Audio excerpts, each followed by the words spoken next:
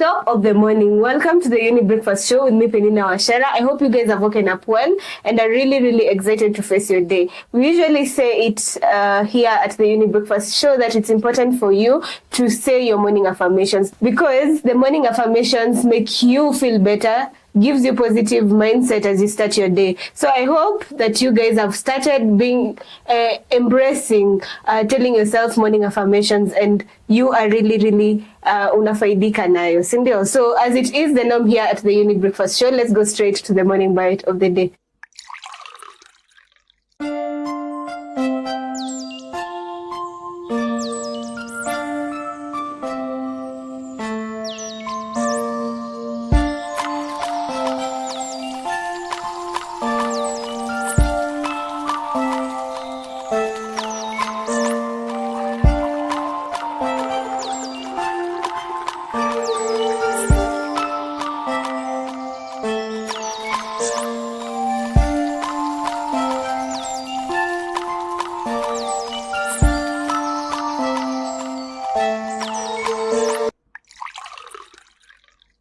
Yes, you guys, today we are speaking about eating disorder. I know this is a conversation that hatujasikia most oftenly, and we are here to be able to be enlightened more on the topic at hand.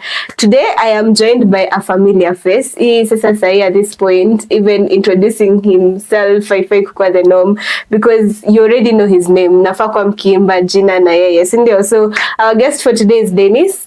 And he will be speaking to us about the eating disorder. So because you already know him and I have done the introduction for him, I want us to go just straight to the conversation. So what does the term eating disorder really mean?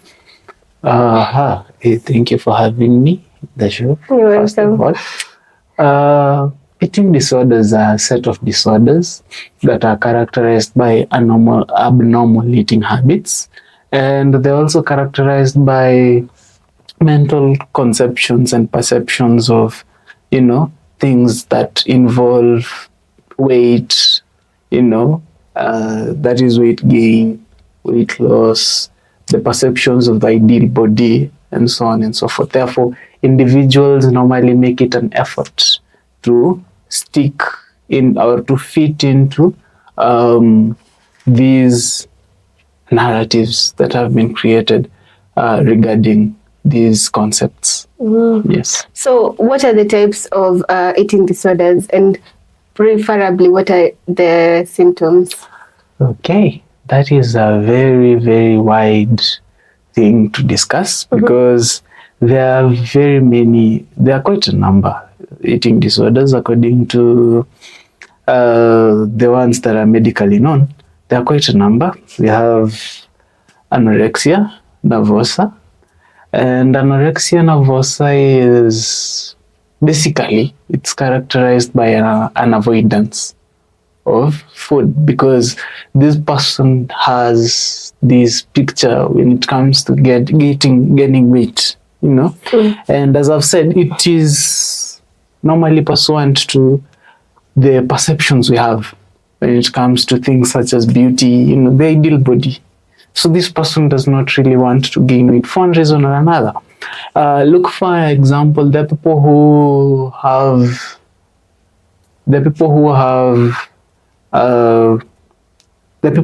have careers that do not allow them, or that allow them to maintain a certain body weight. Okay, therefore, you find that anorexia, when someone is anorexic, this person prevents food intake because they do not want to gain weight or something of that sort. Okay? Yeah. There is also something we call bulimia nervosa. Bulimia nervosa is characterized by two behaviors, that is binging. Binging is eating uncontrollably. Yeah. And purging. Purging is letting out food. That can be through the mouth or through the other end. So this is characterized by people who binge. They take lots of food. Abnormally lots of food. It's not something you take normally. And then you purge, you force yourself to vomit, you take laxatives and diuretics, that force you to pass out the food after you've eaten it. Because you find these people have normally survived with the stereotypes of they are, fat. Okay? Yeah. Therefore, they're trying to lose it. They're trying to get rid of whatever, of that fatness. Okay? So there is that. There is also what is called avoidant. It's called AFID, avoidant recessive food intake disorders. They're people who avoid taking in food. They become selective in what they eat. And them becoming selective with what they eat, it can be characterized with avoidance of new foodstuffs and so on and so forth. There is orthorexia. Orthorexia is people who are obsessed with healthy eating. And you find that people being obsessed with healthy eating, there are people who cannot, they need to take, whatever they're taking, they first investigate what is there, and it's an obsession. That means it's something they cannot control. It's compulsive. You cannot take something before they know their content, or before they know this thing does to their bodies. So they are normally obsessed with, living green, eating green, and so much, and so on and so forth. A good number of these disorders can also be characterized by over-exercising, where you eat and try to burn whatever, of the food that you've just taken. So just to name a few, there are also conditions that characterize eating of non-food items. You've heard of people that eat plastics so as to prevent them from gaining weight. Yeah. Yes. So there's so many conditions that we cannot exhaust with one show. Okay, so are there specific symptoms that if I see somebody doing this or I start doing this, I know maybe in one way or another I have an eating disorder? Okay. Specific symptoms are, one, you start seeing an excessive intake of food with someone taking food excessively. This is, you've known this person, maybe if you buy bread at home, it takes 2 days. It can go for 2 days. And when this person goes to take bread, they only take 2 slices of bread. Then all of a sudden you see someone taking a big chunk of bread that is unexplainable, because it can happen. It's explained because especially with teenagers, teenage boys take a lot of food and they eat quite a lot. Okay, but that is explained with the fact that they are growing. Yeah. However, when it is unexplainable, that can be a problem. Number 2, secretive behaviors. You find that someone has eaten, he's gone to purge somewhere. That is secretive. This person is not being there. Maybe if it's someone who after eating you'd sit around and do something together, it stops. Okay. Number 3, there is also avoidance. The person becomes avoidant, because again, these disorders come as a result of the perceptions that you're having when it comes to things such as body weight, Therefore, there is avoidance. There is also, I can't really recall the rest, but it circles around what they eat, how they eat, and how they feel, because they're normally entwined with anxiety and depressive disorders. Therefore, characteristics that are common to depressive disorders and anxiety, they normally manifest when it comes to eating disorders. This person has a problem with their image. They come and ask you, "Ma'am, no." Okay? Yeah. That can be a problem. It can show you that there's a problem somewhere because it has a problem with their image, and they are consciously trying to work on that image. You can see something such as I mentioned, over exercising. This person has this person got into exercise and took it a step further, and is doing it to try and burn those calories. Yes. And you find that the big problem is normally in the mind, because they have believed this narrative that there is something as an ideal body, there is something that defines being thin or plump, for that fact. Yeah. Yes. Okay, so I think we've gotten to understand more about the eating disorders. And as I said, so many people don't understand what eating disorder is all about. And today we are here to enlighten you guys on matters eating disorders. Remember, this show is proudly brought to you by Missio and Younib organization. And we are trying to reach out to the community to teach you guys about mental health and also to help you be able to help your friends, help yourself, and also your family members so that they can be able to deal with their mental health problems, okay? So I want us to take this short break and we'll be back with more information when it comes to matters eating disorders. Don't touch that dial. We'll be right back.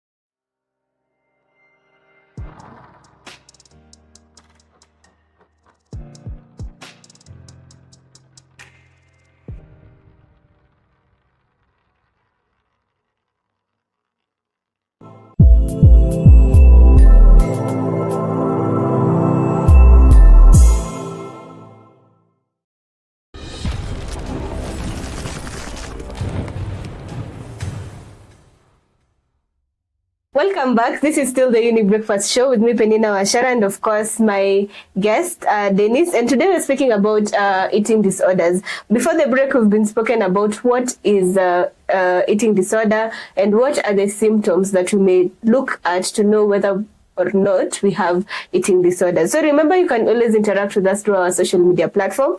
Younib_TV on Instagram, Younib Media TV on Facebook, and there's a number on your screen. You can SMS or WhatsApp 0719-144-144. If you need any psychological help, remember we have counselors here, psychologists here at the offices, and they will be able to help you by calling 0700-352-250, and they will give you the care you need. So coming back to our conversation, how prevalent is eating disorders here in Kenya? Eating disorders are prevalent, especially among teenagers, because you see, in Kenya there is a culture shift. There is some sort of disjoint between people who, the millennials the generation Said. yes, and the other generation of babies, no, alpha, and the older generations. Okay, there's some sort of disconnect here. And since technology has come, the world has become a global village. Therefore, narratives here and there regarding beauty and the ideal body, everything, they're being now easily absorbed because of technology. Okay, therefore there is prevalence in among that too, among people whose careers require checking of their body weight. You know, athletes, models, sportsmen and women, and so on and so forth. Okay, so now we've understood how prevalent it is here. And you've mentioned about now social media and all that, internet having it. So how does societal pressure really, when it comes to social media and the different ideals in life, in our day-to-day life, play a role when it comes to eating disorders? Okay, societal pressures, society basically dictates how we live our life. It is the lens through which you see our world. Therefore, the definitions of things such as beauty, they dictate how we live our lives. Okay. If you say, for instance, the ideal man, okay, you may be thinking about someone with a great body, great physique. Okay. Yeah. So if you don't have that great physique, you're not attractive, because society has dictated that the great physique is what defines attractiveness. Okay, that's an example. If it comes to women, for example, a great body can also define beauty. Okay, therefore, if you don't have that great body, that ideal body, as per the definitions of your own society, it becomes an issue. You start working towards getting that ideal body. Okay? Yeah. Society dictates what we see as fat, as plump, actually. Yeah. Because you'd find someone who views themselves as plump, but in real sense, they're not. Because of the ideas that have been reinforced in them by those around them. Yeah. Okay. And you find that people outside of eating disorders, people go to great lengths to try and fit into whatever society instills in them. Okay. Therefore, you find that this affects their mental health and also their physical health. Take, for example, someone who is purging, someone who is letting out food. You're letting out water, you're letting out electrolytes when you're doing that. Okay? So you're more likely to fall sick. Yeah. There are more likely to be inflammations of your digestive system, you know, because after all, the food that you've eaten and you're letting out when it is mid-digestion, it's coming out with the acid that is aiding with the digestion. Therefore, you'll have to see you'll be exposed to physical complications here and there. You'll be exposed to mental health challenges. Yeah. You know, you'll have things such as anxiety disorders. You'll have things such as depressive disorders. All because of narratives that are being peddled and pushed by our societies. I think you've read my mind, because the next question that I was going to ask you was all about how does it affect our physical body and our mental health. So are there any other ways that eating disorders really affect our physical health and also our mental health? Okay. Our physical health, as I said, you're more prone to being sick, you know, because you're losing electrolytes and a lot of water as you're eating. Okay, you can expect in women you can expect menstrual problems even. Okay. Because of the diet. You can expect generally you can expect ulcers or something of that sort, or corrosion of the walls of the esophagus Or you can expect a loss in weight. You can expect a loss in weight. Okay. For the physical, I think that's all I can recall for now. But also mentally there's a lot. You can expect a lot of depressive symptoms, depressive disorders, avoidance, lack of interest in other things because you don't see yourself as enough to do it. You can expect some symptoms of anxiety disorders. Yeah. You can expect avoidance because you feel as if your friends or the people around you are looking at you with the lens that you're seeing yourself with. So it brings along its own fair share of problems. And it affects you physically, it affects you mentally, it also affects you emotionally because there's also the issue of emotional regulation. Yeah. Because if you're not, as I said in previous shows, if you're not well physically, you cannot be expected to be well emotionally and mentally. Yeah. Yes.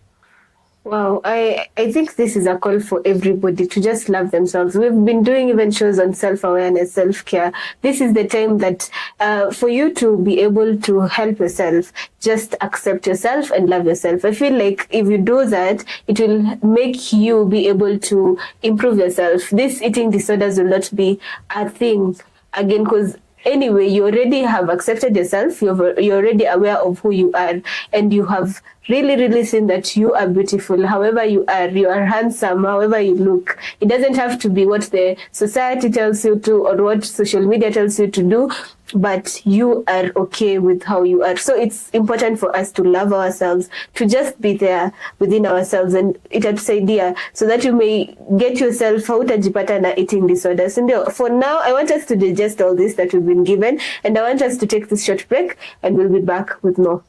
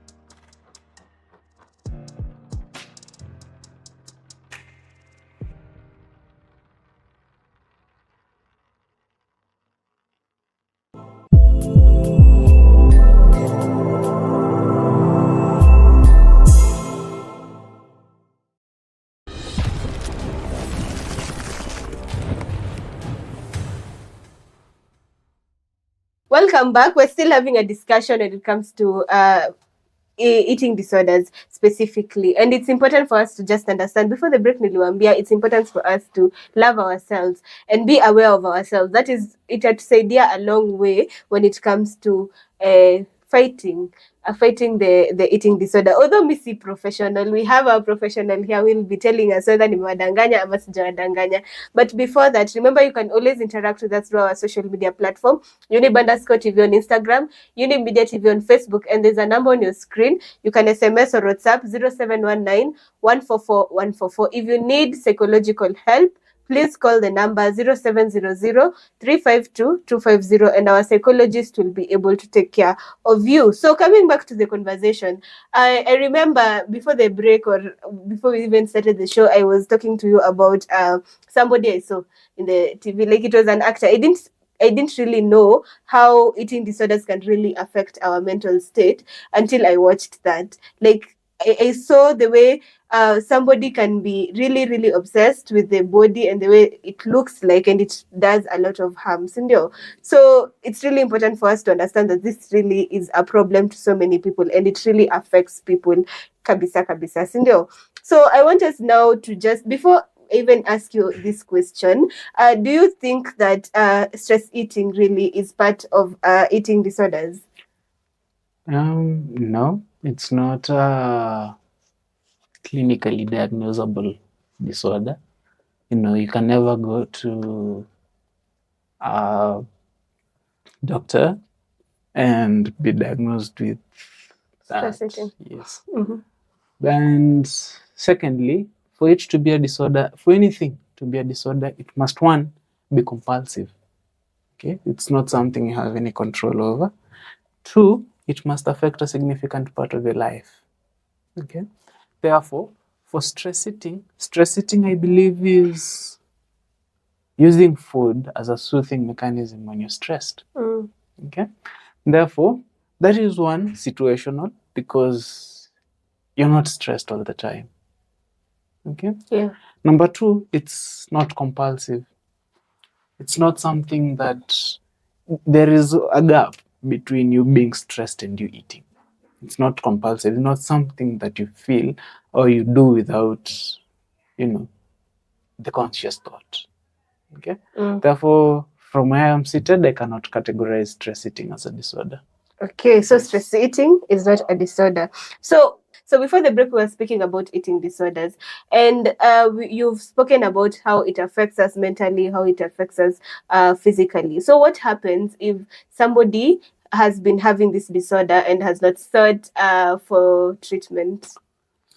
What happens?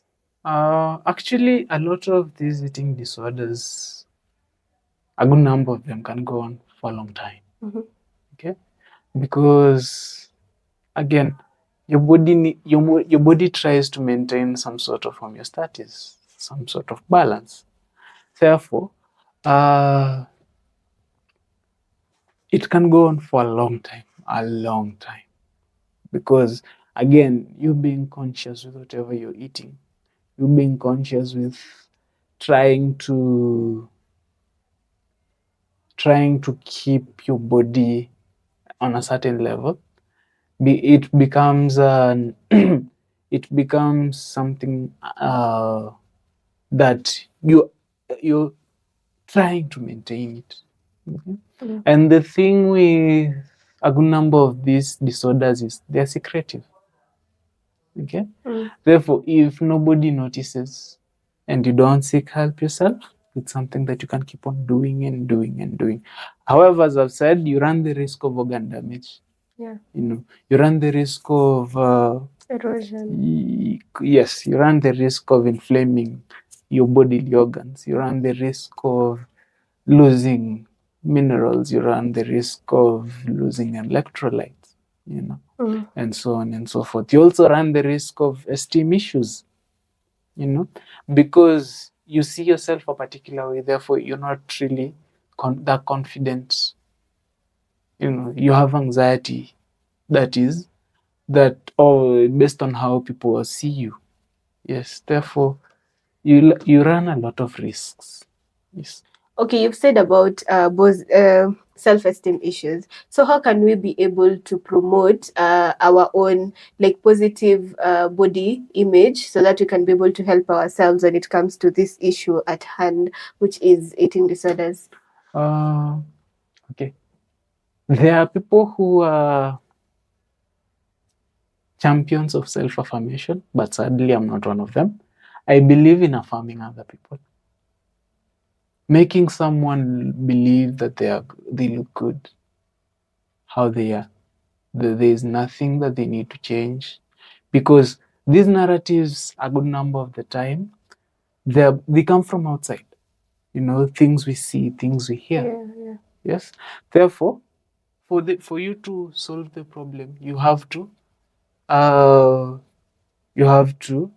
use the same approach with the problem. Therefore, you have to make these people see that they're good.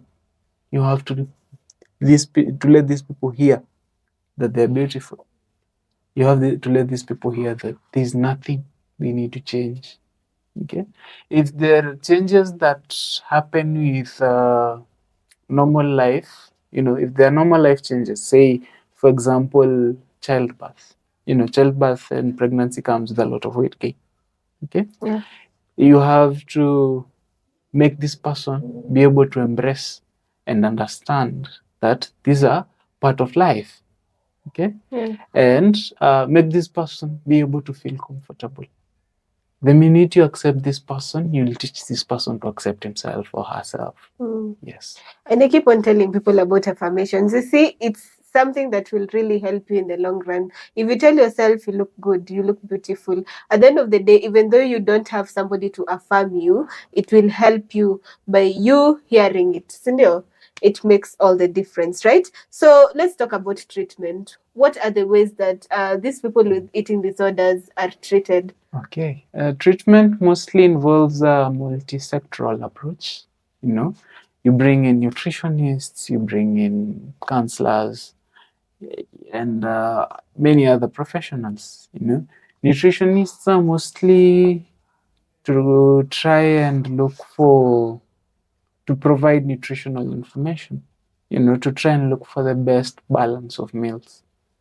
As I've said, there are disorders where people like eating green, they're very choosy with what they eat. Therefore, this is where nutritionists come in because they're able to explain the healthy benefits of these, whatever they're eating, whatever they're taking.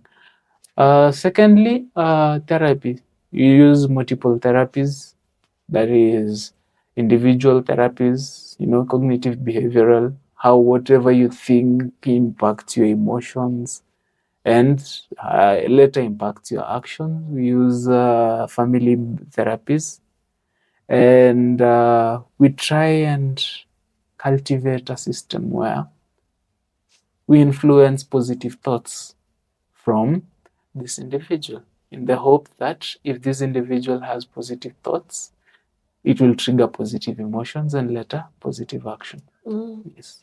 So we have now gotten to understand what treatment all entails when it comes to eating disorders. So are there any misconceptions that come with eating disorders? Firstly, misconceptions that come with eating disorders include one, that eating disorders are lifestyle choices. Okay? The eating disorders are not a lifestyle choices. They're not lifestyle based. They're psychological in nature because they come from the point of view that of this person's thoughts, okay, of this person's feelings, emotions. Okay. Yeah. Another misconception is it's a problem that affects teenagers and it goes away. Depending on your environment, these are things that may never go away. As you've said, eating disorders are secretive, a good number of them.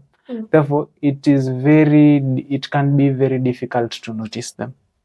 Okay? Therefore, if you miss out on the warning signs and this person does not really come out to tell you, you find that it's something you can miss. It's not something that is periodic. It doesn't come at a certain period and go at a certain period. Yes. Okay, so guys, I hope we are well enlightened when it comes to matters eating disorders. We now know what eating disorder is all about. We now can be able to speak to other people on matters eating disorder. Also, we have to change our mindset. If you get yourself, you have this problem, try changing your mindset, try affirmations, try making yourself feel loved. Love the way you are, be self-aware, as we've been speaking about in different shows. Like, it's good for you to just be aware of yourself and be able to help you through, but sometimes this can be difficult. So what happens if somebody finds themselves, okay, yes, people may tell me, but I still don't believe? How can they be able to do that? There's only one thing I recommend with that is therapy. You know, the thing is not believing. The thing is the voices are not equal. The voices are not level. Okay. Yeah. If you find, say, one person who tells you that you are something, and 5 people that tell you that you're not that something, you tend to listen to these 5. Yeah. Especially if it's 5 unrelated people, because you're normally pulled to ask yourself then, why? What are these 5 people seen that I don't, that this one person has not seen? Yeah. Okay, 5 people cannot be wrong. Okay, so I think it's about repetition. It's about reinforcement. That is why affirmations are normally important. It's not because you believe them, but if you repeat them, you will start to believe them. You'll start having things that reinforce whatever you believe in. Okay, if you keep on looking for reasons that you look at yourself as slender, you'll keep on finding them. Yeah. You will. And a good example that I use with this is, as we grow, we don't really have a culture that tells us we're beautiful, right? Yeah. When the first person tells us of how beautiful we are normally somewhere in teenagehood. And the first thing we do is doubt. Yeah. This person has ulterior motives. No, I cannot be all that this person is saying. But if you start hearing it from person 1, person 2, person 3, person 4, person 5, you end up, I might be beautiful after all. Okay? Therefore, it is just encouraging an environment where, 1, the person feels accepted. There's congruence between what they're hearing and what they're seeing. Number 2, there is a lot of repetition, reassurance. There is a lot of reinforcement. Yes. Because the minute this person hears it today, the minute this person hears it tomorrow, it helps to build us some sort of security and raise this person's esteem. Yes. Wow. So, guys, I think now we've gotten to understand more about the eating disorder. I hope we have gotten to learn a lot when it comes to the matters eating disorder. So thank you so much, Dennis, for coming and enlightening us on this issue. It's always a pleasure having you here. And I know we are always, every single time we have these conversations, we are always enlightened in the topic at hand. So asante sana kwa kukuja. And for everyone who has been watching this show, thank you so much for always supporting Uni Breakfast Show, for always tuning in at every Monday and Tuesday in the morning to just look at and be able to get informed. It is important for you to always learn something in the morning, and we are here to provide that. Also, I would like to send my gratitude to the people who have made this show a success. Thank you so much, Elias, for being the cameraman and also our director. Like, leo amekuwa one man army, and he has done quite a good job. So thank you so much for being there for us and for ensuring that this show gets to us the way it is. So until next time, guys, do have a beautiful day ahead. Goodbye.